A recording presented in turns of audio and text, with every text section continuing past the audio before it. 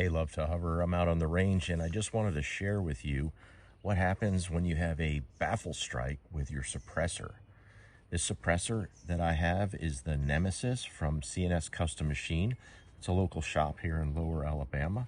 This one is all titanium and it is user serviceable. It is threaded, the connectors on both ends, so that you can take this apart and clean it yourself. It is a monocore, so the core actually pulls out all in one piece. And just to show you where the paint, or I should say the cerakote, is missing, is where I had a baffle strike. I didn't even know that I had hit a baffle when it happened. I believe it happened when I had put this on my 10-22 Charger and was shooting the 22 long rifle through it. I had no idea until I saw the paint missing there, or the cerakote missing. But I'm going to take this apart, share this with you so you can see what exactly this looks like. So let me zoom out here and show you. Since this is user serviceable without required any tools, I'm going to unscrew the cap by hand here. And pardon me if I'm fumbling a little bit because I'm looking through the camera as I'm doing this. I'm going to unscrew the, actually here. All right, I'm going to pull the sleeve off of the can, and there you can see it closer up.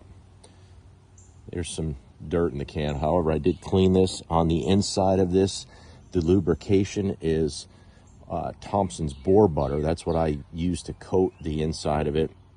Thompson's boar butter is a all-natural substance that muzzle loading shooters use. It's actually got a minty smell, so when you shoot it, it actually smells good. It's non-toxic, and the other thing is it keeps it from rusting and keeps it lubricated. So it's made partially with beeswax. Seems to work pretty well, and it keeps the lead and the fouling to a minimum. At least it keeps it from really sticking so much to the metal parts in the baffles. But the portion that actually had the strike was right up here in the front. There's like one little notch you might be able to see right here, and then another small notch right at the tip of my finger here. And that caused the bullet to deflect and hit the side of the can. So I was able to talk to the shop. They had told me that it would be $75 to replace this portion, the can, and they would look at the baffles. But anyhow, the monocore baffle, it's one piece, and that's really all it is. Again, putting this thing back together is just as simple as sliding this back in and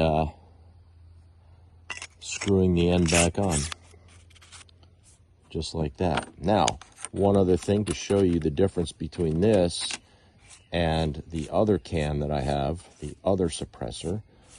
Once I get this back together here, I'll show you. This is my 22 suppressor. This is an Advanced Armament Corporation element suppressor. So just for privacy purposes, I have the serial number covered up there, but Advanced Armament Corporation, and it's the element. So it came with this tool, and what this tool does, it goes into the suppressor, it locks in, and then you can unscrew the threaded end. You can also put it in here on the cap end and unthread this. Now this suppressor is stainless steel. It's made for 22 Magnum and 17 HMR. And this is what's called a K-baffle. There's 7, I believe, if I remember correctly, 7 baffles stacked one on top of the other in here. And just imagine, if you know what an airgun pellet looks like, think of 7 airgun pellets stacked with a hole drilled down through the top of them and holes on the side, and they're stacked together inside of this tube, and that's how it works. It slows the air, the velocity of the air or the burning gases that come out of the firearm enough to quiet the report of the firearm.